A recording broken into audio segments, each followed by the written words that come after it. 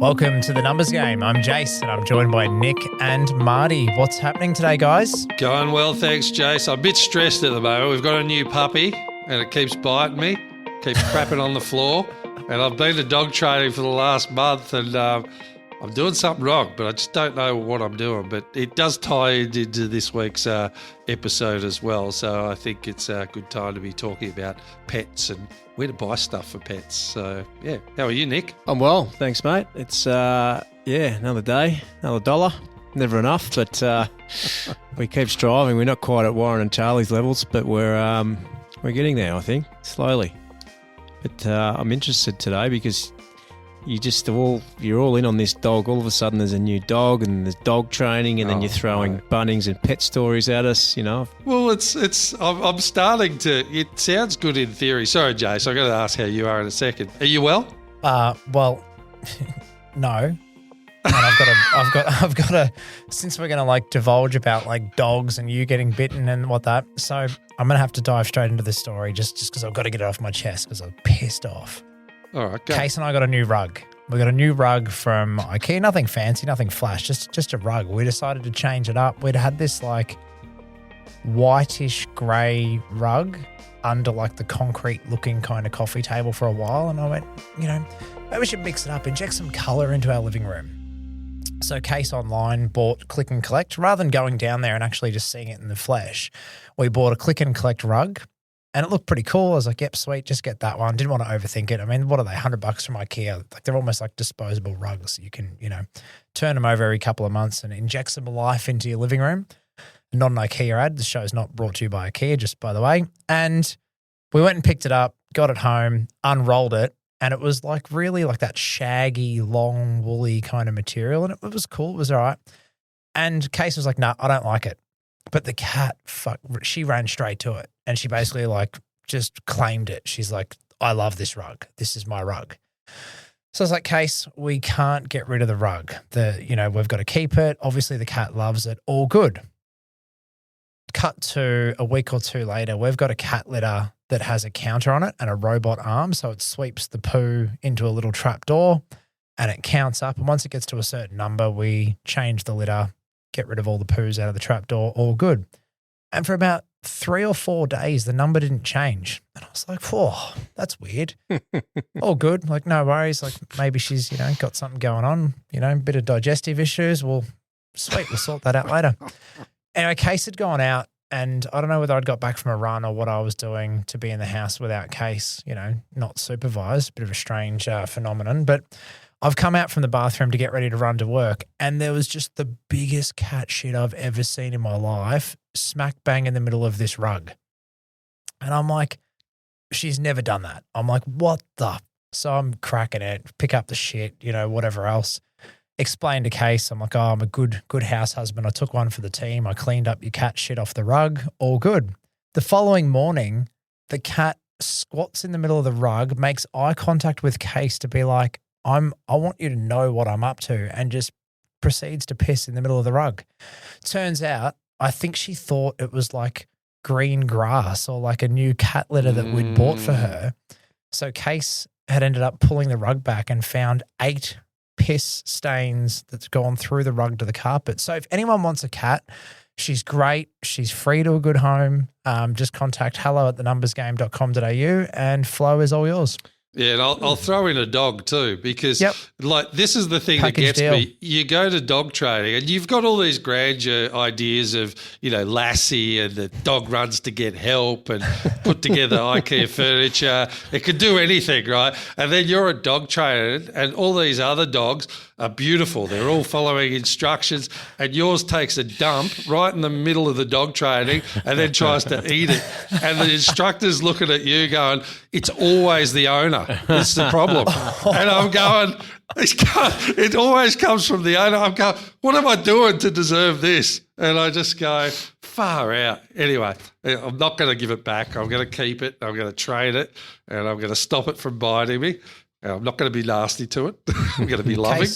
Case did train the cat how to sit and paw though. Oh. I've never seen a cat that knows sit. It's all irrelevant when it shits on the rug. Yeah. Oh, it is. Yeah. It is. Or on the dog training park. To go from shit to not shit, this show is brought to you by the fantastic not shit team at Innovate for all your finance, wealth, commercial, car and equipment needs, anything to do with finance or wealth. They are your team, INOVAYT, innovate.com.au. Go and check them out. And thank you very much for bringing the bit of a lighthearted one today, to our listeners. Marty, why don't you lead the way and let us know what we've got on for today? We're talking about pets for a reason. And if ever Innovate was going to create a new category, it's got to be pet food and pet toys, because Bunnings has decided to embark on its biggest category change up for 20 years. And it's going to go from a couple of hundred products in the pet range to now 1,000 products in the sector at Bunnings. And you can actually walk your dog through Bunnings. I'm not going to take Penny through there because then obviously until she's well trained up, don't need any accidents. But it's apparently quite a huge industry. And I looked at some stats and they said the dog ownership rose by 25% between 2019 and 2022. And cats actually escalated by 43% over that time. So now 60% of Australians own at least one pet. So it's become a very important part of the family unit. And obviously we want to look after our pets, and we're basically going to be spending money on them to feed them and buy crates, as I've discovered, and food. And it's a huge market. Yeah, it's a huge market, and it's no secret that COVID drove a lot of that, companionship and whatnot. I can't remember what we were talking about on this podcast, but someone told me the other day that a lot of the pet hotels or motels are full and are overloaded with pets because people aren't picking them up. So they've... Oh, really? This is what I was told. Apparently people are dropping them off and not picking them up because COVID's finished, back at work, can't look after them. People are going on holidays again. They've realised when you go on a holiday, the animal actually becomes a problem. So a lot of the pet motels or hotels are getting these cats or these dogs and then keeping them, and they're not getting picked up. I heard that. That's horrible if that is the case, Dick. And yeah, wow. Well, it's an easy way to get rid of your cat, really. If it sits on the carpet, would you want to pick it up? I'm just giving you an out here, Jace. There's a solution. Well, maybe you could leave it at Bunnings because they've got now 40 squares that they're putting towards this category in each Bunnings across their stores. It's massive. And I think what was some of the other stats here that were sort of eye-opening? I mean, they're up against Pet Barn and Pet Stock as well. But I'm thinking, I guess if people go to Pet Barn and Pet Stock, they're going there specifically for food and pet goods. Would you think people would do that with Bunnings? I guess if the prices are cheaper. We have a cat, and it's my wife's cat, so she gets most of the stuff for it. But there are times when I have to, if she's away or whatnot and I've got to get food, I actually loathe going to the pet store because it's in a really shitty spot. It's hard to park.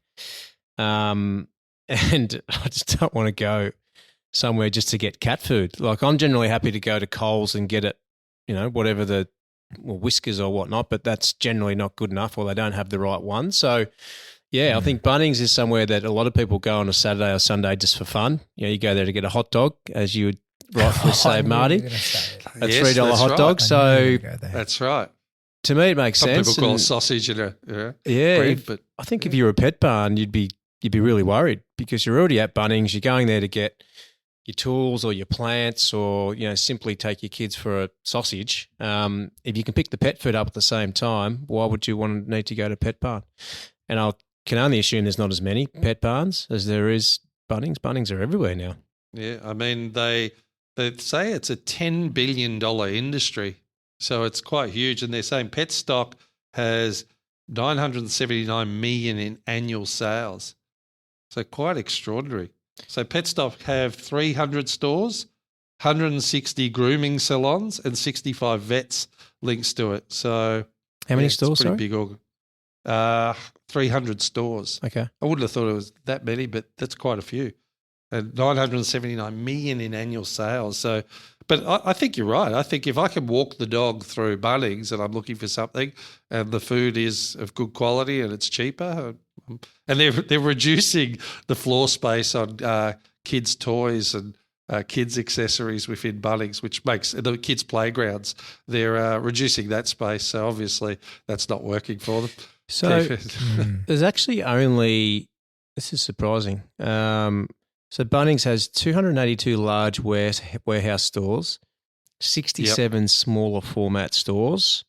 So what are we up to there? About 340, and 32 trade centres, which is irrelevant. So there's about 350 Bunnings stores.